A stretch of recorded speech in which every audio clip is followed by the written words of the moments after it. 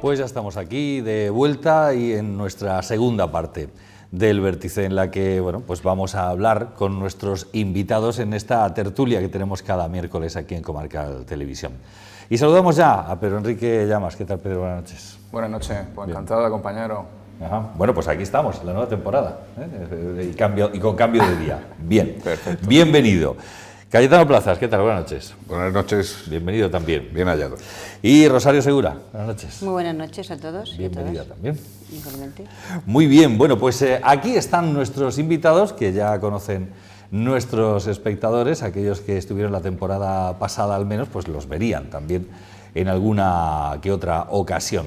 Vamos a comenzar con esa luctuosa noticia, no sé, la figura del último coronel del Mallorca 13, no sé si lo conocíais, a don Pascual del Bas, que bueno, pues que ha fallecido, no sé, simplemente por hacer algún comentario al respecto. Pedro, ¿tú lo conocías? De oídas. En principio, bueno, en los medios de comunicación he visto las referencias, pues lógicamente, una vez cerrado el cuartel, esa figura, esa importancia, lo que significó el cuartel Mallorca 13 en Lorca, yo creo que no está de más, pues bueno, el que como pequeño homenaje a su familia y a su figura, que yo creo que en Lorca dejó una vinculación hacia pues, una institución como el Ejército importante, y no creo que no está de más que Lorca rinda un pequeño homenaje a lo que significó en ese momento la dirección militar del cuartel. Rosario, ¿tú lo conocías? Pues yo personalmente lo conocía bastante, a él y a su familia, desde el punto de vista profesional no, pero sí tengo que decir que si era buen profesional era mejor persona. Toda su familia, una trayectoria muy interesante, ya digo, desde el punto de vista profesional, y luego como persona pues excepcional, una persona humilde, servicial, un caballero. Yo creo que la palabra caballero encierra con justicia lo que él era. Y además muy simpático. ¿Tú lo conocías, Cayetano? Sí, yo tuve un conocimiento puntual en algunos temas con él, por otras cuestiones ajenas al Ejército, y comparto la opinión de Rosario de que era una excelente persona.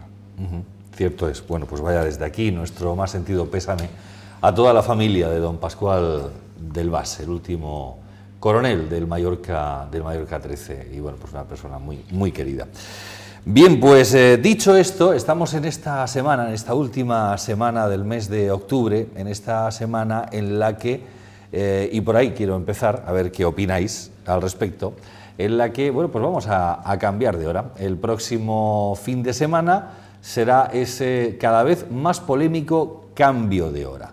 Porque es verdad que, bueno, pues de alguna manera nos habíamos acostumbrado a cambiar el horario de verano a invierno o de invierno a verano, pero esto empieza a tener ya cada vez más dificultades, o por lo menos cada vez hay más voces que no terminan de verlo demasiado claro.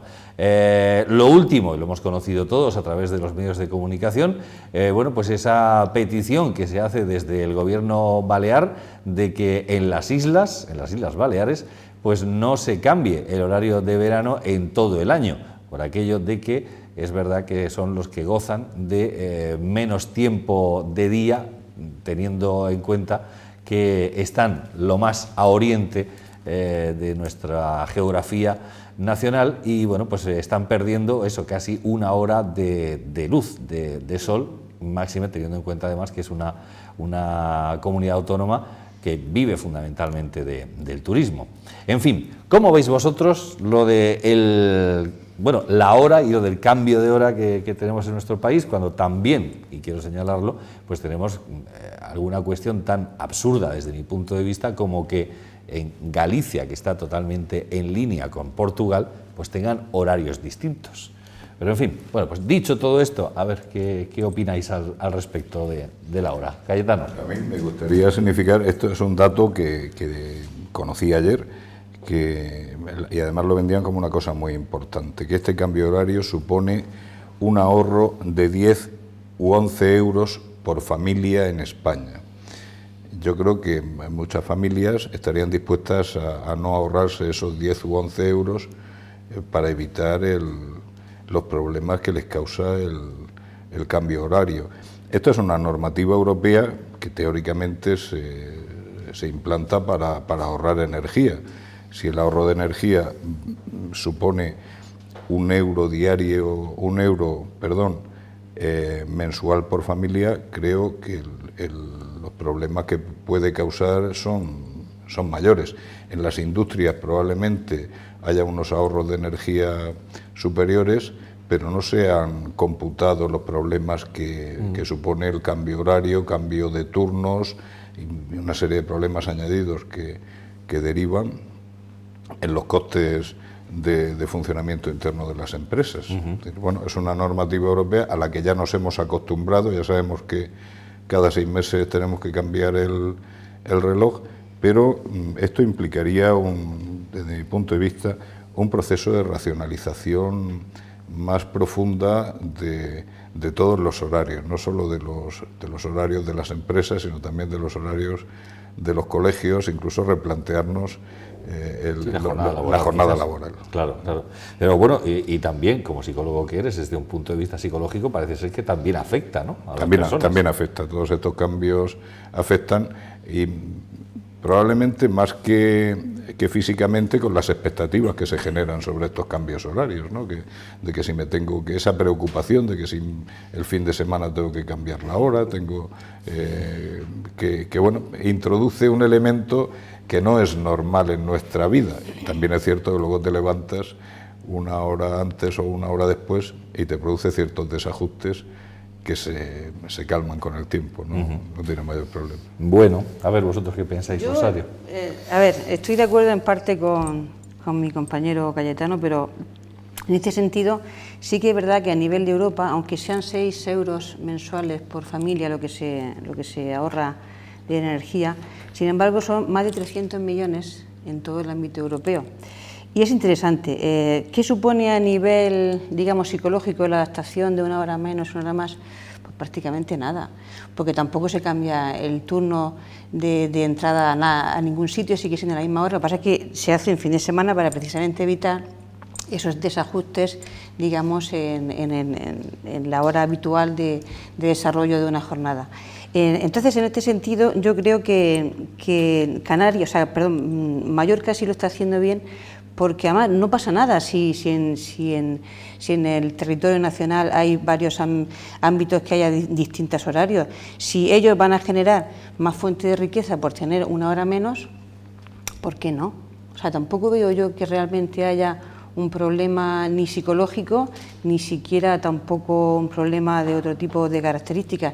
Ahora bien, si hablamos ya de horarios de conciliación y tal, pero eso es un tema totalmente distinto. Yo sí que estaría de acuerdo en reducir la jornada, pero eso es un tema distinto a lo que es una hora más o una hora menos. Yo sí estaría de acuerdo en que hubiera 2 horarios y que Baleares se quedara como está, porque se han hecho estudios que efectivamente esa hora menos le va a repercutir un ingreso bastante interesante, habida cuenta, como tú bien has dicho, de que es un sitio donde hay muchos extranjeros y donde el ambiente de comercio pues se le va a generar mucha más riqueza que si pierden esa hora. De hecho, ya tenemos 2 horarios. De hecho, tenemos 2 horarios y tampoco absolutamente nada. Tendríamos 3 en este caso. No, tendríamos 2. ¿Tendríamos 2? 2. Sí. Seguiríamos con 2. El sí. de Canarias ya no tendríamos. No, pero como sería una hora menos y el otro se queda igual, al fin y al cabo serían 2. No, serían 3. Bueno. Serían 3. Tenlo claro que serían 3. Sería horario en Baleares, el de la península y el de Canarias. Bueno, ya sí, pero 2 horas de diferencia. Claro. 2 horas de diferencia. En fin, ¿cómo lo ves tú? Yo iba a incidir en esa paradoja de tener en un país 3 horarios distintos. O sea, el comercio que pueda haber, 2 islas o 2 archipiélagos como las Baleares y las Canarias, y que se asocian en el tema turístico, pues si cualquier cuestión turística de Baleares tiene que ponerse de acuerdo hay 2 horas, 3 horas, con el cierre de lo que sea, a nivel comercial o de intercambio, o lo que sea. El ser humano es adaptable. O sea, yo creo que no habría ningún problema, igual que en su momento se decidió adaptarse, y aquí hay una decisión creo que fue una cuestión de alineación con el eje alemán, ¿no? Franco, de ahí viene este horario. De hecho, ese horario absurdo que he dicho yo de Portugal y España, que son distintos. Yo desconocía el dato, pero es verdad que Inglaterra y Portugal se adaptaron en la guerra para saber cuándo bombardeaban los alemanes los posibles bombardeos. Y una vez finalizada la guerra volvieron a su uso horario normal. Yo difiero de la... Vamos a ver, al final, cuando hay un estudio sesudo sobre cuáles son las cosas positivas de tener ese cambio horario, también está la otra parte contraria. Y no recuerdo cuál es el organismo que estudia al minuto el consumo en España de eléctrico, pero creo que se minimiza ese consumo eléctrico, a la semana siguiente ya no está ese ahorro energético del que nos asentamos en ese cambio. Yo creo que por conciliación familiar, que sería otro tema, como dices, pero yo creo que tampoco... Es que a lo mejor van muy ligados, ¿no? Porque claro, efectivamente, si una empresa o una industria sigue cerrando a las 8 de la tarde, digamos, al final tiene más horas sin sol. Claro, tiene más horas sin sol, con lo cual está gastando más luz. Si nos ceñimos a lo que el tema La cosa es que cambie también el horario de cierre de la empresa o de apertura. Se trataría precisamente de eso, de adaptar los horarios de cierre también y de apertura. La justificación de por qué en España tenemos estos horarios de comer y de cenar tan tardíos respecto a Europa viene dado por eso. O sea, por ese cambio de horario que se toma esa decisión y que no se vuelve. Yo, si nos ceñimos al tema de la optimización de los recursos energéticos, la sostenibilidad medioambiental y otros factores que se pueden hablar, yo, frente a esos números en los que apenas se ahorra a nivel industrial, estamos hablando del consumo de las casas, ese también me imagino que se contabilizará. Hombre, que tú vuelves a casa una hora antes del trabajo, pues me imagino que enchufaremos el aire acondicionado, la calefacción. Pues bueno, de todas formas, en ese sentido también hay otro factor que ahora mismo también está influyendo. Es decir, cuando antes una industria tenía que gastar una cantidad ingente de dinero en iluminar porque las bombillas gastaban mucho, ahora con la tecnología LED y demás, es verdad que el ahorro ya no es tanto, pero porque no se consume tanto. O sea, yo lo de Baleares creo que es una forma, no va a llegar a ningún sitio, pero una forma de que ese discurso, esa discusión se traslade al Congreso, me imagino que será quien tenga que tomar esa decisión, y luego, puesto que es una directiva europea, pues que eso se traslade al Parlamento Europeo y que lógicamente se racionalice los horarios para otros aspectos, que posiblemente habrá cosas positivas y cosas negativas. Pero si nos ceñimos simplemente a cuestiones de ahorro energético y ahorro familiar, yo creo que no son ahora mismo cuestiones de peso, porque quizás otros nos puedan volcar la balanza en una dirección o en otra. Pero bueno, parece que el tema en cualquier caso no es baladí. Está en la palestra, ¿no? Sí, ahí está, eso yo creo que es lo que Baleares ha intentado. No es ninguna tontería, digamos, el hacerse todos estos planteamientos. ¿Os parece, no sé si utilizar la palabra, ya que la he dicho, tontería o no? Claro, con los datos que vosotros podáis manejar. Otra cuestión, y cambiamos de tema. Se ha propuesto, se ha planteado una vez más, porque esto no es nuevo, esa provincialidad de Cartagena, es decir, tener, digamos, o dividir la región de Murcia en dos provincias, en otra provincia más. Algo que también tiene sus ventajas, pero imagino que también tendrá sus inconvenientes. A ver. Yo no estoy de acuerdo. ¿Por qué no dividirla en tres? Son 4. Cartagena tiene una idiosincrasia específica, Lorca también la tiene. Bueno, el Valle del Guadalentín, el Valle del Guadalentín, pues lo digo, sí, el porque, altiplano también, tiene Ceuta, Jumilla, claro. Tiene la suya, pues bueno, si nos ponemos a partir, pues partamos para todos. Pero estamos hablando de las ventajas que supone la biprovincialidad. Lo que nadie nos ha contado son los costes que supone la biprovincialidad. Entonces, yo leía con datos de ayer 100 y pico millones de euros que supondría de ingresos a la región. Lo que no nos han dicho es cuánto nos costaría mantener dos provincias, puesto que eso generaría, independientemente de la estructura de la comunidad autónoma, dos estructuras paralelas que habría que pagar. A ver si vamos a recibir 130 millones de euros y la broma nos va a costar 200 y nos cuesta más negocio, es mal negocio, ¿no? Entonces, de eso no nos dicen qué es lo que hay. Yo creo que es una cuestión políticamente oportunista que surge cuando cuando hay problemas o cuando el político de turno no se le ocurre otra cosa. Lo que no nos ha explicado, lo que no nos han explicado es eso en qué mejora la vida cotidiana de los ciudadanos. Yo creo que no la mejora en nada en una región como la región de Murcia. Si ese planteamiento no viene a ayudar en la mejora directa de la situación de los ciudadanos, pues podemos obviarlo.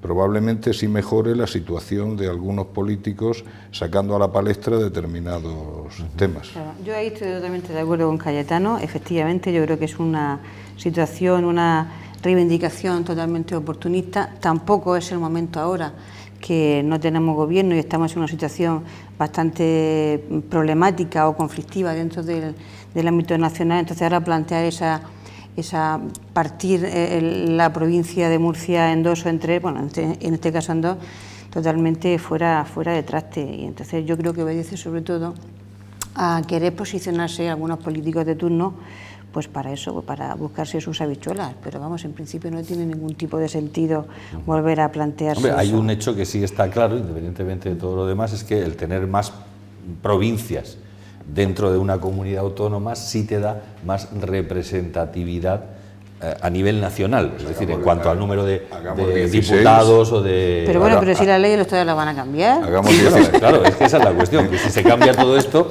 pues igual ya no sirve para nada. Si eso fuese así, ¿para qué vamos a hacer dos provincias? Hagamos 16, Claro, hagamos claro, por 20, supuesto. hagamos Sí, sí. la... O 45, una la por de- municipio, la ¿no? provincia de San Una José, por la provincia de San municipio, José, efectivamente. porque realmente esto es una cuestión, yo creo que oportunista, y precisamente todas estas cuestiones, y ahí difiero de Rosario, todas estas cuestiones surgen cuando no hay un gobierno fuerte y un gobierno... No, o sea, sí, te he dicho lo mismo, que precisamente ahora no es el momento, aunque, pero aunque se precisamente- utiliza ese momento por la debilidad que hay. Claro, efectivamente. precisamente surgen estas cosas cuando se producen grietas en el sistema o el sistema está inestable, ¿no? Entonces se producen todas estas apariciones probablemente para apartar o alejar los problemas cotidianos, ¿no? O sea, siempre Desviar la atención, desviar vamos. la atención, se busca el enemigo. Cortinas de humo, Cortinas de humo, se busca el enemigo externo, se buscan otras cosas. Es decir, ¿esto mejora sustancialmente la calidad de vida de los cartageneros? Pues probablemente no. Pues a lo mejor se sienten más satisfechos si tienen una provincia, pero bueno, los lorquinos también pediríamos nuestra provincia del Guadalentín, y como decía Rosario, los del Altiplano pues pedirían la suya. Entonces me parece que se entra en una dinámica bastante complicada en una región donde somos 4 gatos, ¿no? Y de un territorio muy... Claro, hombre, muy ya pequeñito. hay quien se ha encargado de hacer las comparaciones, más o menos en número de población, muy similar a Aragón, por ejemplo, y ellos son 3 provincias, teniendo en cuenta eso, que prácticamente tienen la misma población que Murcia, pero ellos sí tienen 3 provincias. Sí, pero el territorio de Aragón no es el de Murcia. Evidentemente. Entonces, estamos hablando de que la distribución de Aragón tiene 3 provincias por una cuestión puramente geográfica, y independientemente de la población. El índice de población es menor en Aragón que en Murcia, pero la configuración de Aragón es distinta por la pura geografía. Nosotros estamos hablando de cuestiones de reivindicaciones políticas, históricas, que son entendibles, luego las puedes compartir o no, que son entendibles, pero probablemente el momento procesal no es el oportuno. Pedro, cuéntanos tu opinión. Si hay provincia en España con un peso moral para solicitar o pedir o reclamar su independencia, Cartagena está claro que es una ciudad trimilenaria. Por supuesto que tiene lo que sorprende es que el PSOE lo lance sin tener un posicionamiento de partido. O sea, lo lanzo, que la Asamblea se traslade, que se elige una comisión a posicionarse sobre esa cuestión. Entiendo que son acuerdos para esa gestión del municipio de Cartagena político, que ahora en 2017 hay un cambio de alcaldía y se hace cargo el Partido Socialista.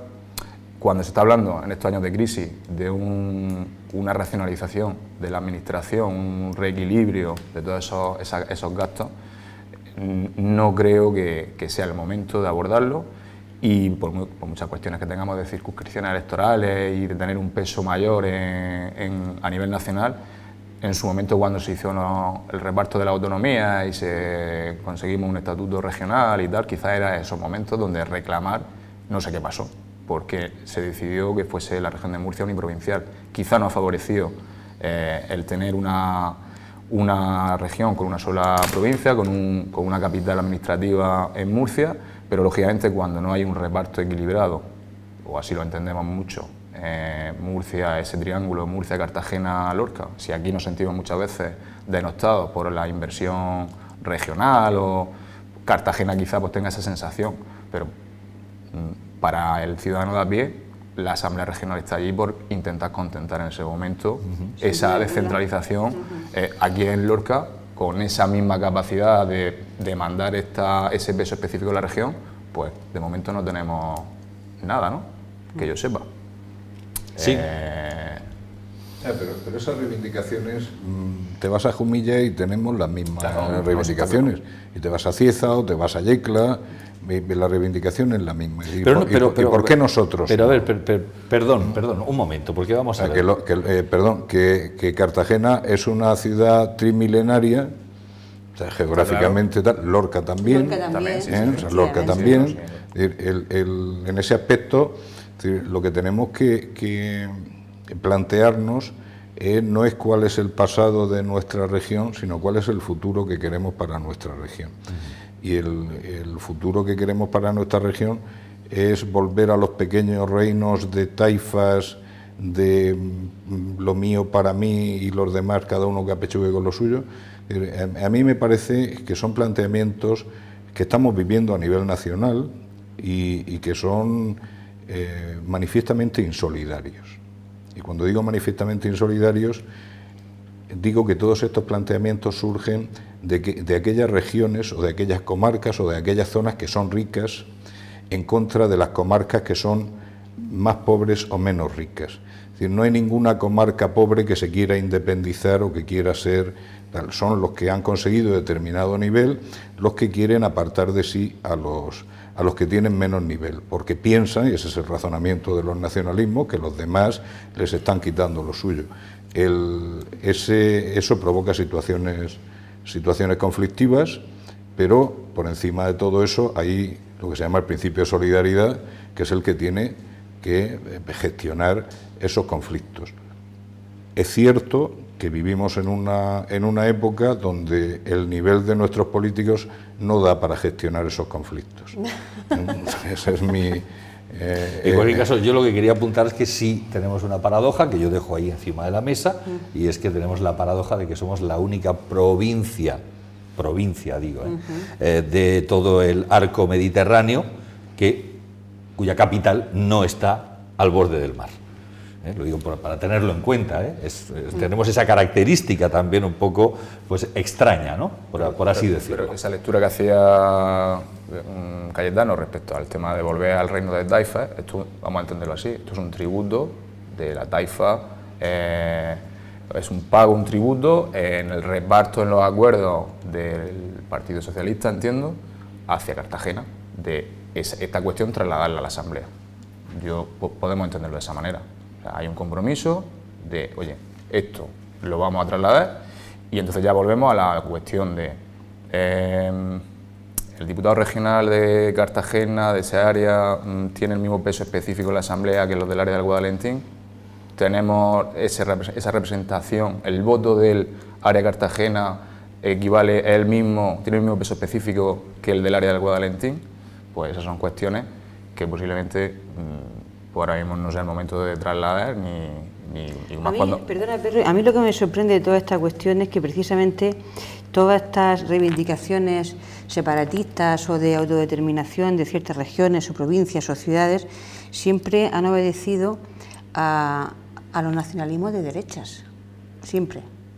Y ahora parece que los partidos de izquierdas han dado como una vuelta y están apoyando precisamente todas estas mociones separatistas. En Cataluña siempre ha sido los nacionalistas los que han reivindicado la separación del resto de España. Ahora, por ejemplo, en la misma Cartagena, el partido cantonal siempre ha sido de derechas, el que ha reivindicado siempre el separarse de la región, y ahora parece que los partidos socialistas de izquierdas, ¿por qué se suma cuando ideológicamente y desde el punto de vista histórico nunca un partido socialista o nunca un partido con esas características nacional haya apoyado este tipo de reivindicaciones? Me sorprende. Porque los partidos de izquierda desde hace tiempo han perdido su ideología y entonces ahora mismo están reivindicando cosas que les dan votos. Ahora estamos jugando a otras cosas, eso lo estamos viendo en la política nacional y lo vamos a ver en los próximos días. Ahora no se está pensando en el bien de la ciudadanía ni en la mejora de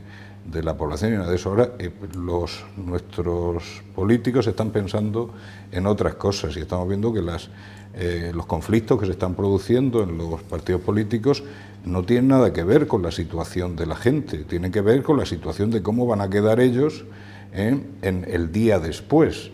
Entonces ellos se están haciendo la foto ellos, y una vez que ellos se hayan situado, se hayan posicionado, entonces ya veremos qué hacemos con los demás.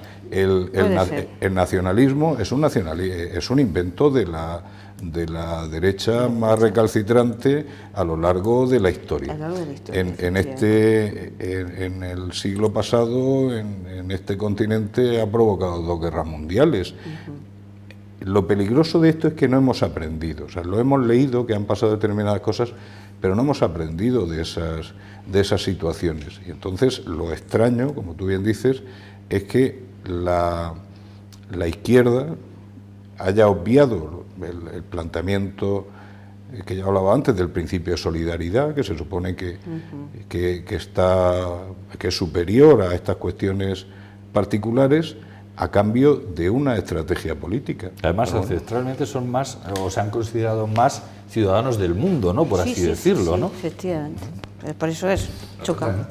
Entiendo que el PSOE pueda lanzar ese discurso o ese debate en la Asamblea, porque no estamos tampoco hablando literalmente de una independencia de la unidad de la nación. Estamos hablando de dividir una región en dos provincias, o sea que tampoco es verdad que... No, entiendo que ahí esta cuestión que hemos derivado hacia la izquierda, los nacionalismos, al final quizás no sea la misma cuestión, pero lógicamente, por cerrar yo creo el tema, yo creo que no ha lugar el momento ni la ocasión.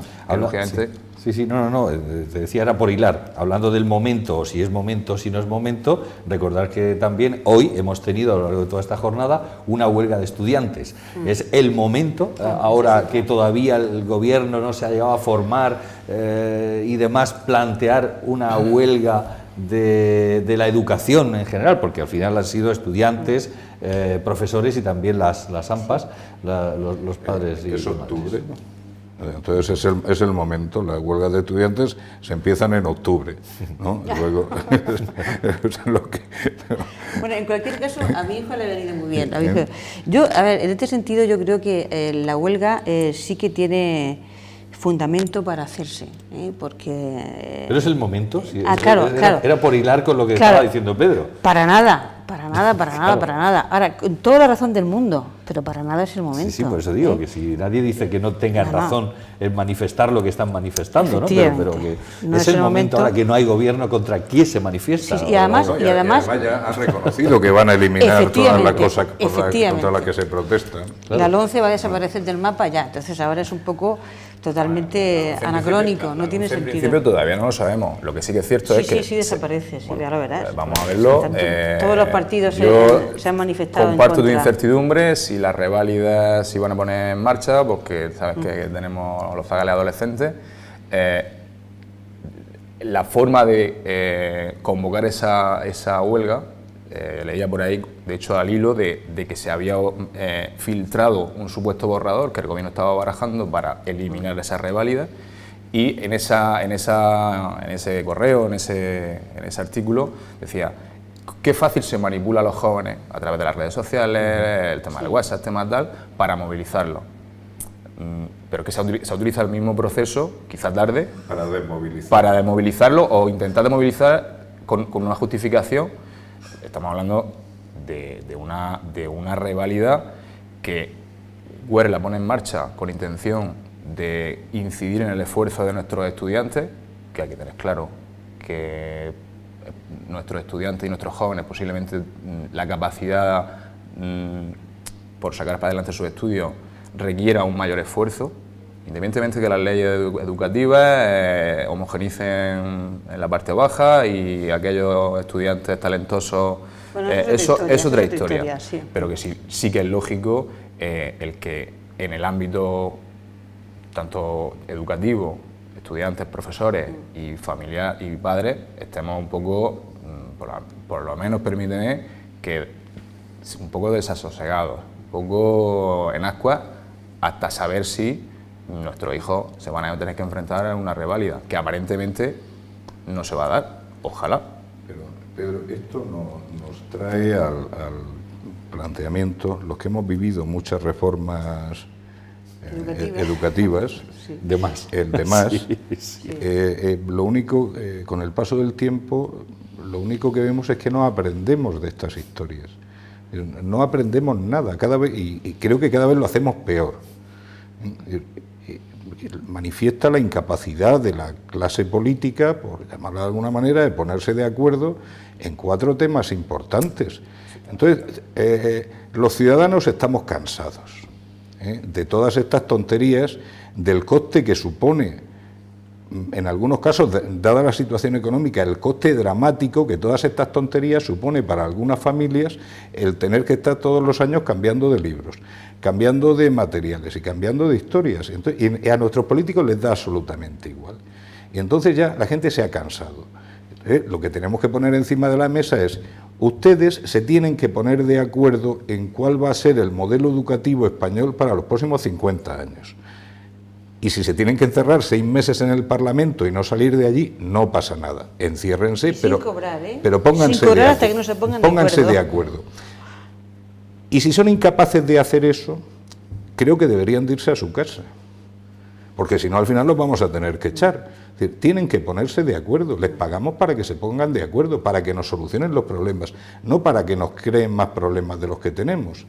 Entonces se tienen que poner de acuerdo, tienen que establecer cuál es el modelo educativo que queremos para este país y dejarse de tonterías y contar con los profesionales de la educación, contar con los padres, contar con todos aquellos estamentos que están involucrados en este proceso. Es decir, nosotros para nuestros hijos queremos determinadas cosas, porque estamos asistiendo continuamente a una sarta de mentiras interesadas sobre la educación, que a algunos que hemos profundizado en estos temas nos tienen verdaderamente sorprendidos. En los últimos años no hemos visto mayor